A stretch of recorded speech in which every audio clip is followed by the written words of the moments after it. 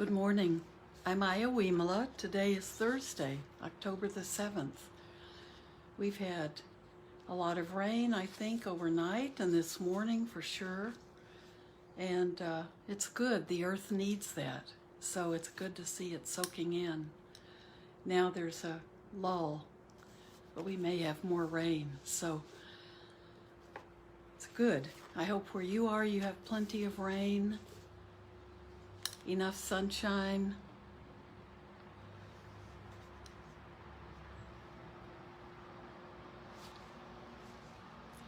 We are on day 24 of our pilgrimage to India with Ken and Visakha Kawasaki, and 24 out of 35, we're getting closer to the end of our journey. So you can imagine we're moving through the Buddha's life and getting to the places where he was closer to the time of his death. So old age. So today we're on day 24. The reading is the 4 similes for nutriment. This is a well-known sutta from Samyutta Nikaya 1263, and the reflection is on all beings will die. The Buddha did remind us of that frequently in his teachings. A human birth is rare, but it's also a short life, and that's part of the benefit of it. If we lived hundreds and hundreds or even 1,000 years, we would be even slower coming to the realization that this human life isn't permanent. So knowing that our life is long enough to understand that it's not permanent and to actually see its brevity is important for us to help us wake up. But we also, in the human form, have the mental capacity and the consciousness to be able to observe ourselves. And we can continue learning and transforming and changing all of our lives. So, why don't we read about the 4 similes for nutriment? Okay. The Buddha said there are these 4 kinds of nutriment for the maintenance of beings: edible food, contact, mental volition, and consciousness. As for the nutriment edible food, suppose a husband and wife had taken limited provisions and are traveling through a desert. They have with them their only son, dearly beloved. In the middle of the desert, their provisions have been used up. In desperation, the husband and wife think, "Alas, we must kill our dearly beloved son and prepare dried meat. Only by eating our son's flesh can we cross the rest of this desert. Let not all 3 of us perish." Okay, we're jumping right into just Then the husband and wife kill their son, prepare dried meat, and cross the rest of the desert.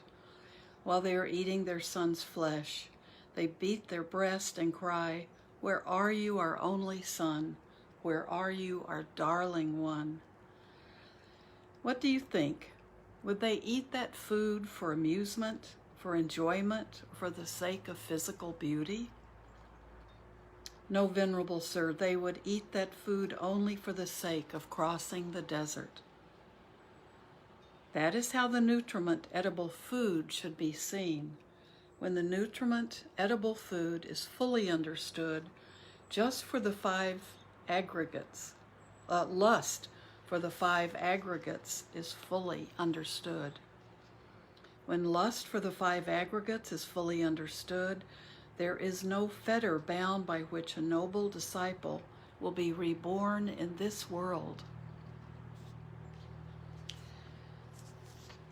So puts a different spin on how we approach our dining and eating. You might want to look at that deeper. As for the nutriment contact, suppose there is a flayed cow. If she stands near a wall, she is attacked by the creatures in the wall. If she stands near a tree, she is attacked by the creatures in the tree. If she stands near water, she is attacked by the creatures in the water. If she stands in the open, she is attacked by the creatures in the air. Wherever that flayed cow stands, she is attacked by the creatures there. So she was skinned, had no skin, no outside skin. That is how the nutriment contact should be seen. When the nutriment contact is fully understood, the three kinds of feeling, pleasant, painful, and neutral, are fully understood. When the three kinds of feeling are fully understood, there is nothing further that a noble disciple needs to do. As for the nutriment mental volition, suppose there is a deep charcoal pit filled with glowing coals. Along comes a man wanting to live, not wanting to die, desiring happiness and averse to suffering. Then two strong men grab him by both arms and drag him towards the pit. The man's volition would be to get far away from the charcoal pit. He knows, I will fall into this charcoal pit, and because of that, I will meet deadly suffering or death. This is how the nutriment mental volition should be seen. When the nutriment mental volition is fully understood, the three kinds of craving for sense pleasures, for existence, and for non-existence are fully understood. When the three kinds of craving are fully understood, there is nothing further that a noble disciple needs to do. As for the nutriment consciousness, suppose a bandit is arrested and brought before the king. His captors say, Sire, this man is a bandit. Impose on him whatever punishment you wish. The king says to them, in the morning, pierce this man with 100 spears. The men do so. At noon, the king asks, how is that man? Still alive. Still alive, sire, reply the men. Pierce him with another 100 spears, orders the king.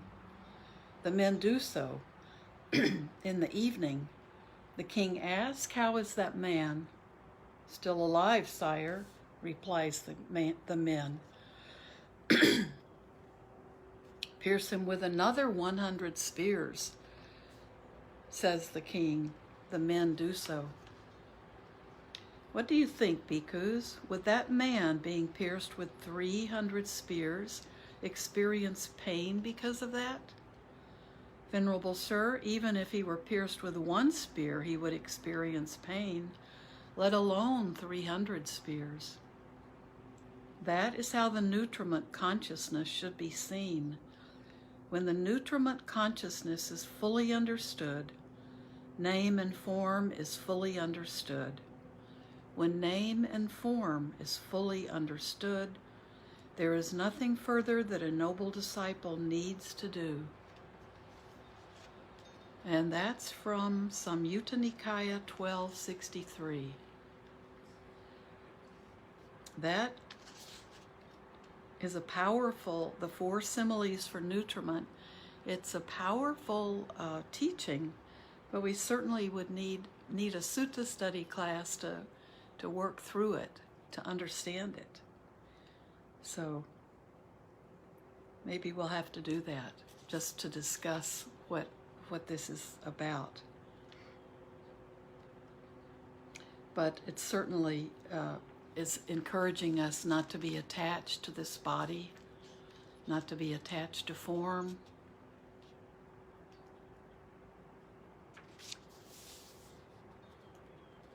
or consciousness or any of the five aggregates.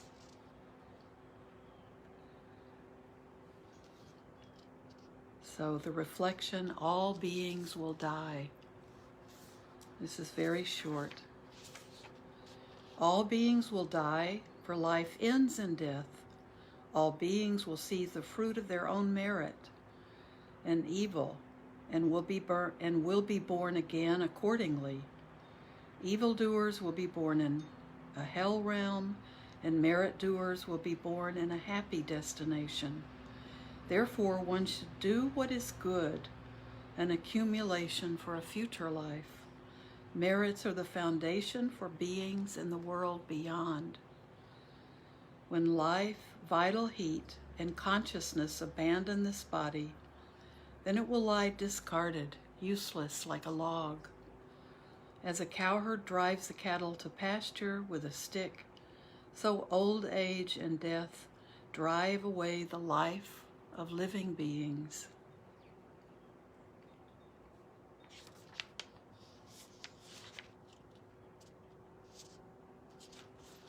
So all of this is talking about our attachment to the things of this world, to form, to feeling, to our perceptions, to our thoughts, to our consciousness. All of these are things that are conditioned and things that we become attached to, and they're not who we are. So tomorrow we read about loving kindness. So that might be that might feel like a more uplifting reading. Today, if you're here near where I am, it's kind of a gloomy sky, and the rain is nice, but the sky is gray. Things are moving kind of slowly. This reading is very somber. So, but that's the way it is, right? That's why we want to be content. That's why we want to not be greedy. We want to be generous. All of the virtues that we talk about in Buddhism, and the qualities for enlightenment, and the factors of joy and happiness and generosity and patience, all of those qualities help us work through all of these conditioned parts of us and understand them better. So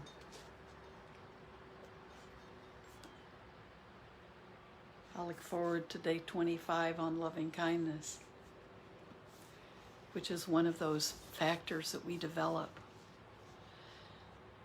So why don't we sit together? We have time, plenty of time. And let's just sit.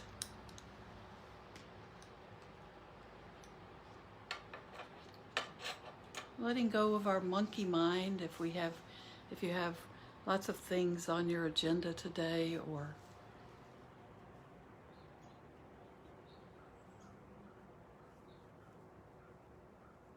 being aware that maybe the weather's changing some of the plans you had for a nice walk or getting out a little bit. Why don't we just sit? Just being aware of all that we have to be appreciative of and grateful for. Close your eyes if you're comfortable doing that. Feel your body lift up, even if you're on your back, walking, however you're positioned, you can let your back lift up. Feel it stretching up, supporting you, giving your lungs lots of room to breathe in and out.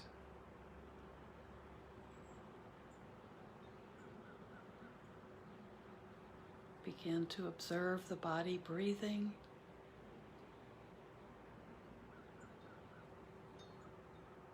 And let that help you just relax.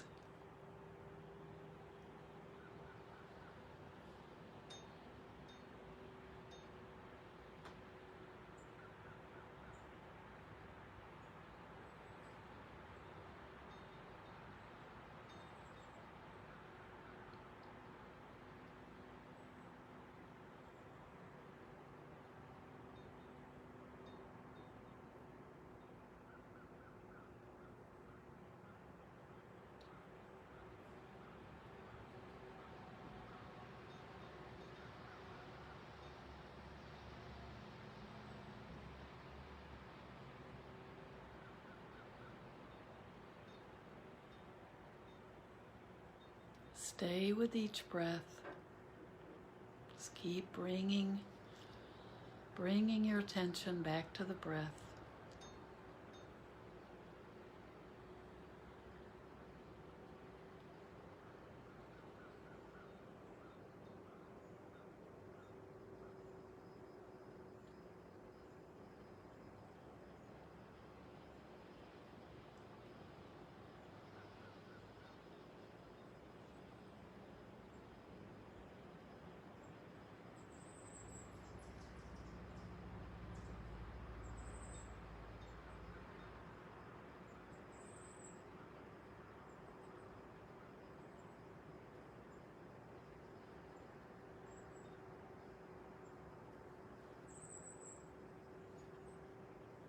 Now just be with your body. Just move through your body from the top of your head down.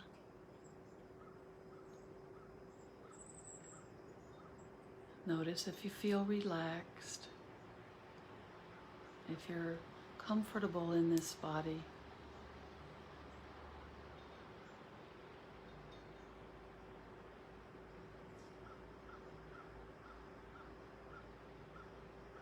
Move down through your head.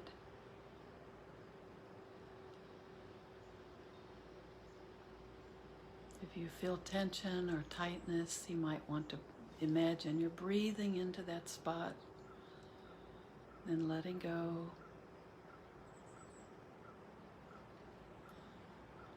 You can realign yourself as you move through the body, finding a position that might feel more comfortable for you.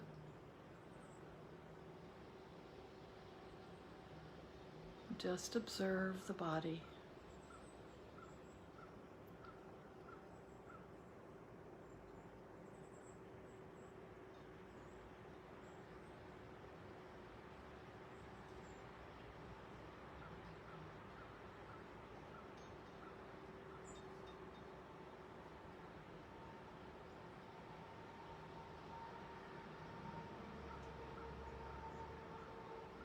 Move through your shoulders, down into each arm, all the way down through your fingers.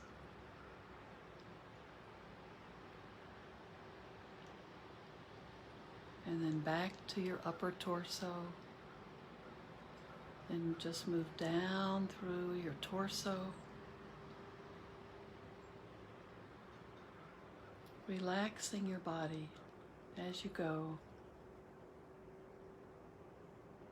Being aware of the body.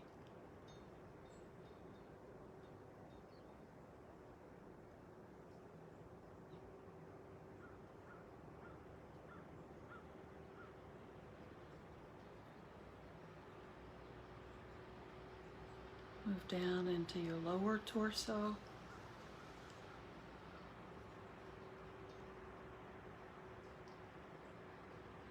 Into your pelvic area. Be sure that your seated posture feels comfortable. If you're standing or on your back, do you feel balanced through that hip area?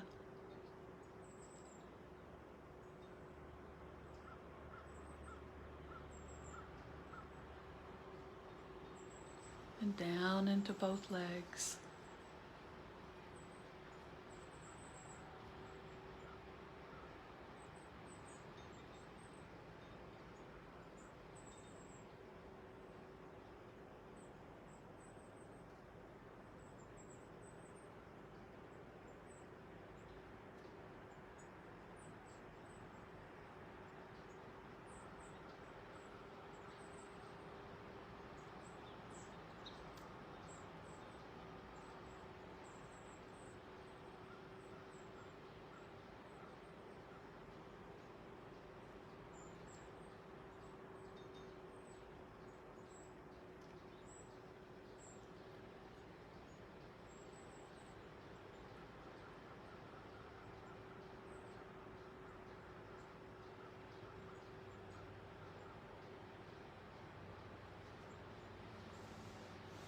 And now just come back to your breath.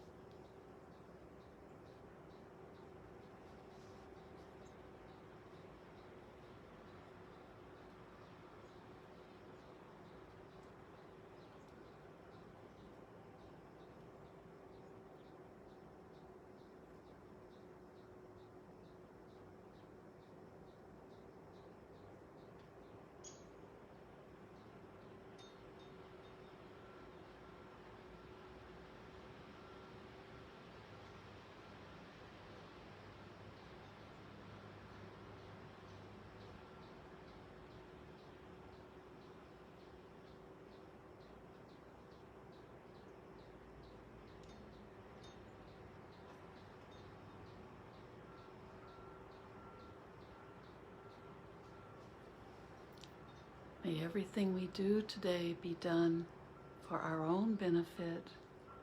Everything we do and say and think.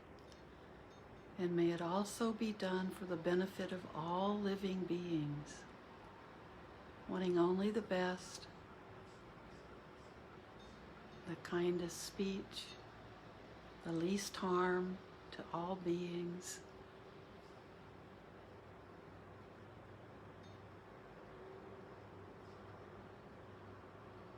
Thank you.